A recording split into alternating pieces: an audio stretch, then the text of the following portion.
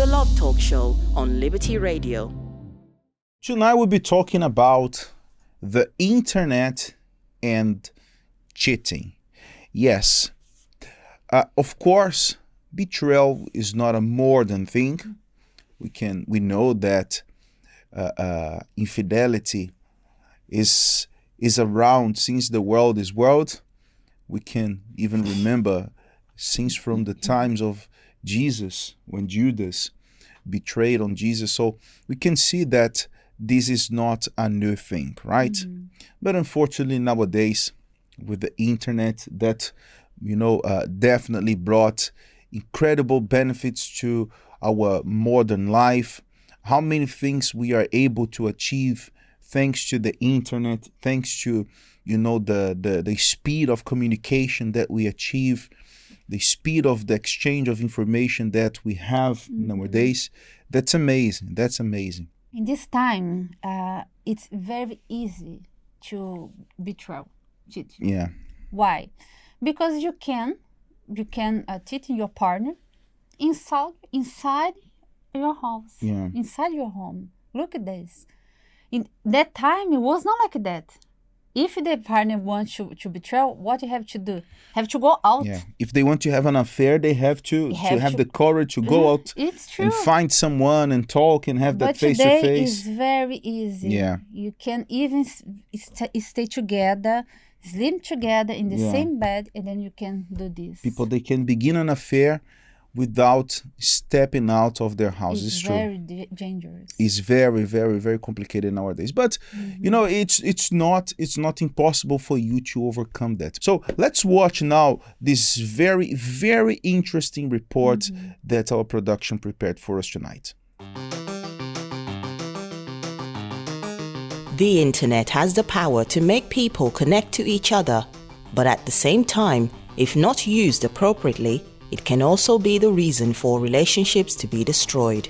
3 billion people, equal to around 40% of the world's population, use online social media. They spend hours per day sharing, liking, tweeting, and updating on the various platforms. If you have ever been talking to a friend who then pulled out their phone to scroll through Instagram, you would have certainly been astounded about what social media is doing to relationships. Some of the negative effects of social media on relationships include decreased time with a partner, neglected connections, jealousy, conflict arising from disagreements or hurt feelings, and negative comparisons. Jealousy usually stems from interactions with someone with whom there is a potential attraction or ongoing interactions, such as with the exes because of children. You know that simple like on someone else's picture? Yes. This can be destructive to your relationship. Couples may also find themselves at conflict regarding differing beliefs about what is acceptable on social media. For example, you may believe in blocking exes on social media while your partner disagrees, or you may post something that your partner didn't want shared, or vice versa. You may also not be willing to post something that your partner wished you would. All of these actions can lead to hurt feelings and potential conflict within the relationship. With all of this technology, it seems that it has never been so easy to cheat on your partner, as there is so much temptation out there.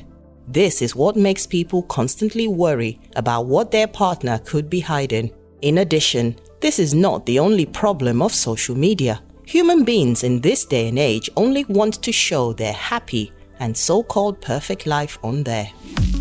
This includes celebrity couples, as things are not always as they seem. One example is singer and actress Camila Cabello and her ex, singer Shawn Mendes. The couple had announced the end of their relationship, funnily enough, on social media. However, a few weeks before, no one could ever have imagined that the couple would split up. This is because the image that the couple had portrayed through their posts was that their relationship was going very well.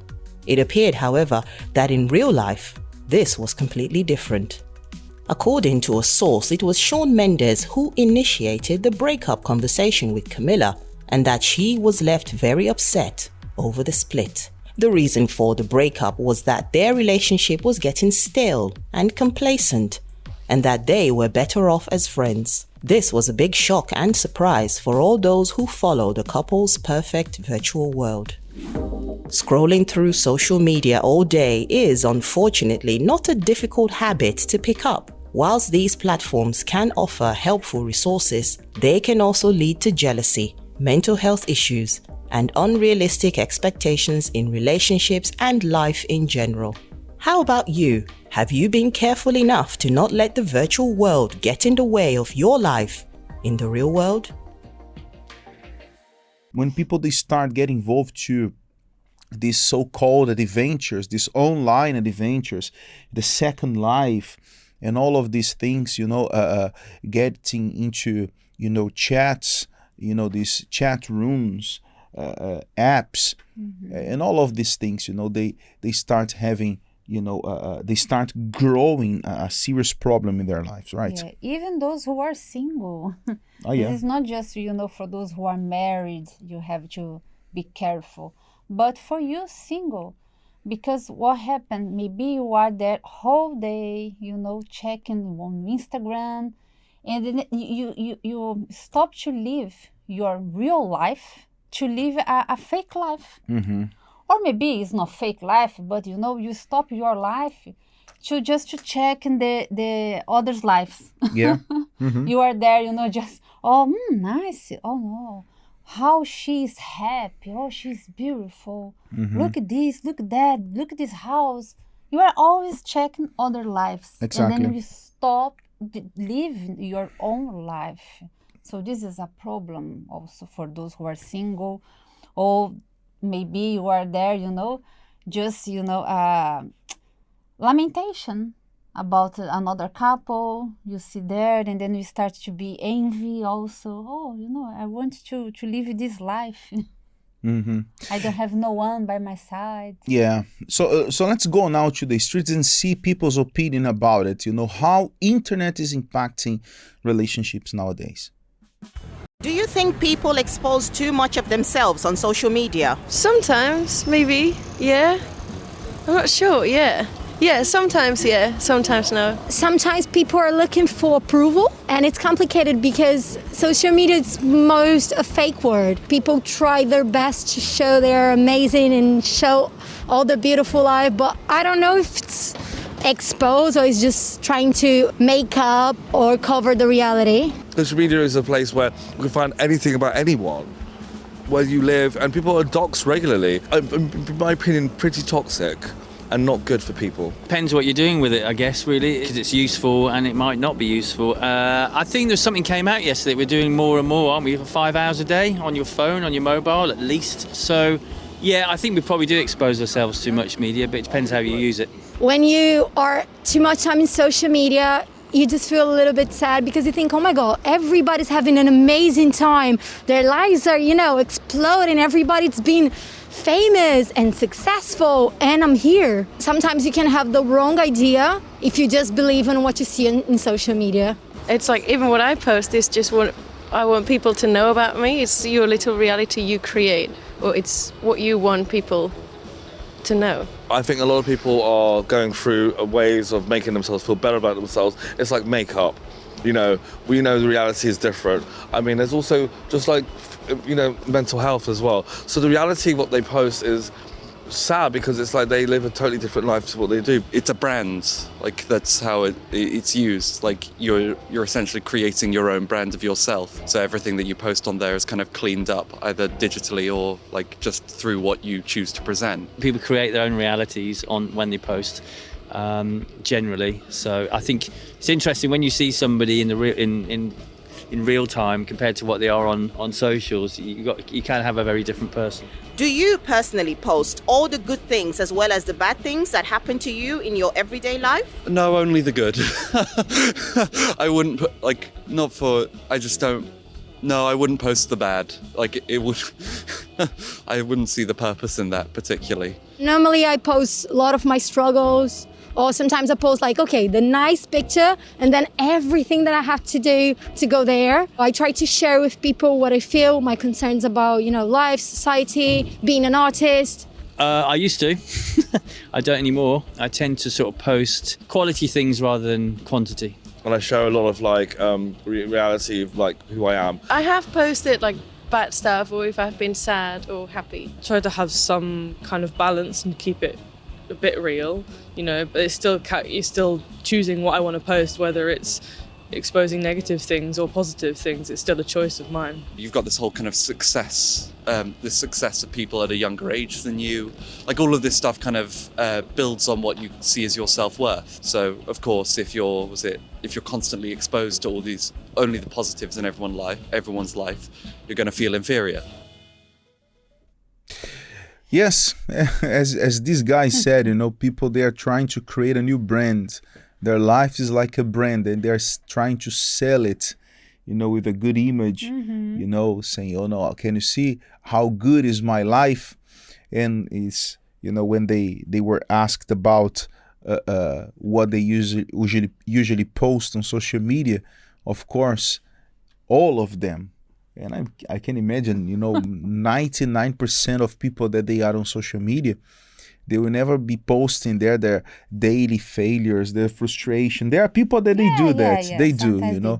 You know, the social media for some became like a wall of lamentations. They're lamenting all the time there on the internet. But just to get some attention. But most of the users, they are using the social media to try to cause a good impression, right? To show they are really happy, they have everything, a good family, a good house, travel. When you say okay to a little lie, you are starting to say okay to bigger ones.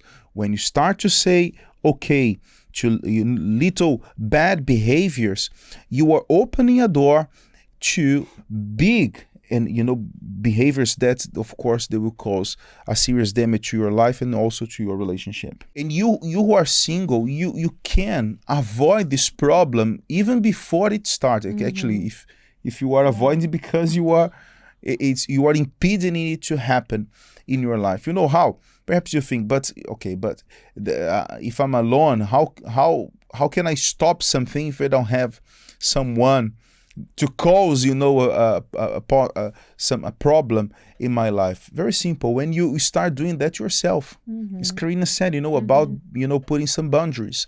This is really important. You know, nowadays you can also use some apps.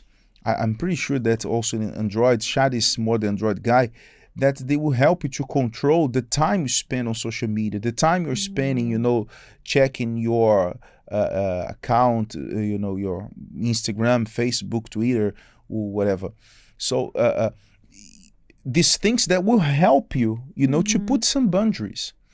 And you have, you know, to police yourself. You have to control yourself. Be checking what you are doing. You have to be your own judge. If there is someone that can judge you with precision, you know, before God, is yourself. It's yourself. You can judge yourself. So the things you are seeing, you know, how long you're spending on the internet, what are you doing, who you are talking to, all of these things. You are when you consider all these points, and when you decide to put some boundaries, limits on your own internet usage, you are avoiding a future problem. Everything that is happening now in the dating time, after marriage, it's like you put in a magnifier. There are things that they will decrease, and there are things that they will increase a lot. And usually what happens, you know, that fire, that, how can I say, romanticism that usually people they have during the dating time usually decrease after marriage. And you may think, oh, but this is horrible, so I don't want that. No, but it's for good. It's for good, because you stop living that fairy tale to live something that is real, solid, something that does not depend on, you know, flowers or chocolates or poems, but it's solid. It's solid, became solid. But on the other hand, bad habits, they also have this tendency to increase a lot.